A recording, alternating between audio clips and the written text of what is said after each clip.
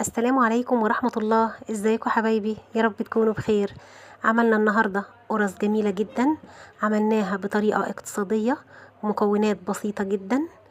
طلع عندنا الجمال اللي احنا شايفينه ده. شايفين شكلها حلو ازاي؟ عملنا قرص الأفران الاقتصادية، عملناها بكل سهولة في البيت. كانت العجينة هشة وطرية، كانت في منتهى الجمال. شايفين العجينة هشة ازاي؟ حشيناها كمان بالعجوة، طلعت بالجمال اللي احنا شايفينه ده. عجينة هشة وطرية، طعمها كان جميل، حلوة جدا. تعالوا بينا نشوف احنا عملنا الجمال اللي قدامنا ازاي، ونشوف طريقتنا ومكوناتنا كانت ايه. عندي كوباية من المية الدافية، ضفت عليها معلقة كبيرة من الخميرة، وعندي كمان 3 معالق كبار من السكر. هقلب المكونات كلها مع بعضها بالشكل ده. وعندي كمان